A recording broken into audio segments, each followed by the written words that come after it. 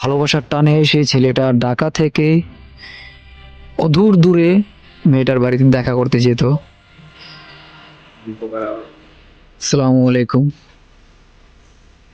জীবনের গল্পে সবাইকে স্বাগতম। ব্যর্থ কবি চ্যানেল থেকে এটাই আমাদের প্রথম ভিডিও বা প্রথম গল্প বলতে পারেন। গল্পটা আমি আমার নিজের মতো করে বলতে চাইতেছি। গল্পের শুরুতে বলতে চাই, গল্পটা একজন ভাইয়া আমাকে দিয়েছে। তো সেই ভাইয়ার গল্পটা শুরু থেকে বলতে গেলে চলে যেতে হয় 2014 সালে। ছেলেটা তখন ক্লাস 10-এ পড়ে। ক্লাস 10-এ পড়া অবস্থায় একা থাকতো, বাবা মা পাশে থাকতো না। নিজে ইনকাম করে লেখাপড়া খরচ চালিয়ে কোনো রকম ছেলেটা এসএসসি পরীক্ষা দেয়। এসএসসি পরীক্ষার পর ছেলেটা ভাবে সে ইন্টারে ভর্তি হবে। ইন্টারে ভর্তি হওয়ার জন্য কিছু টাকা পয়সা প্রয়োজন। তারপর ছেলেটা ঢাকা চলে আসে কোনো একটা কাজের সন্ধানে।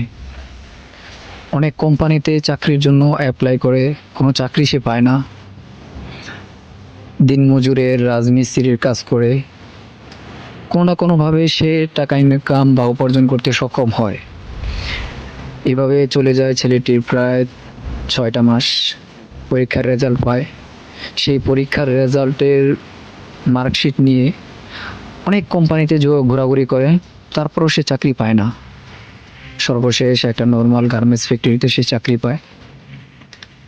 এমনকি সেই গার্মেন্টস ফ্যাক্টরিটা নতুন ছিল, কোনো কাজ ছিল না, লোকের প্রয়োজন ছিল, তাই ওরে নিছে। কাজে লাগার পর 3 মাস সেখানে বসে থাকে, বেতন পায় না। বিনা বেতনে সেই কোম্পানিতে থাকতো।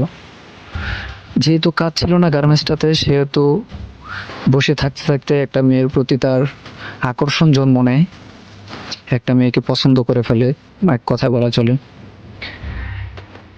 দুদিন মেয়েটার সাথে কথা বলার চেষ্টা করে, কথা বলতে পারে না। দিন যায়, কোনো না কোনোভাবে সেই গার্মেন্টসের ছেলেদের সাথে বন্ধুত্ব হয়। বন্ধুত্ব হওয়ার পর তাদের মাধ্যমে সেই মেয়েটির নাম্বার কালেক্ট করে সে নাম্বার দিয়ে আস্তে আস্তে কথা বলতে বলতে একটা সময় মেয়েটা রাজি হয়। এভাবে রাজি হওয়ার পর তাদের প্রেম কাহিনী শুরু হয়। বাকি জীবনের যে গল্পটা সেটা আমি স্কিপ করে যাচ্ছি, কারণ গল্পটা অনেক বড় হয়ে যাবে। চলে যাচ্ছি প্রেমের 3 বছর পর। ছেলেটার সাথে মেয়েটার অসংখ্যবার কথা হয়, এবং কি তারা এতটাই দুজন দুজনকে ভালোবাসতো, কেউ কাউকে ছাড়া একটা মুহূর্ত থাকতে পারতো না। দুজন দুজনকে অনেক বেশি ভালোবাসতো। এবং একটা সময় দুজনের ফ্যামিলি জানাজানি হয়। জানাজানি হওয়ার পর মেয়েটার ফ্যামিলি ছেলেটাকে মেনে নেয় না। না নেওয়ার কারণে যে মেয়েটাকে গ্রামে পাঠিয়ে দেয়। আর ততদিনে তাদের সম্পর্কটা অনেক গভীর হয়ে যায়। মেয়েটার কাছে ফোন ছিল, ফোনটাও নিয়ে নেয় তার ফ্যামিলি। তারপর মেয়েটা সেই ছেলেটির নাম্বার মুখস্থ করে রেখেছিল।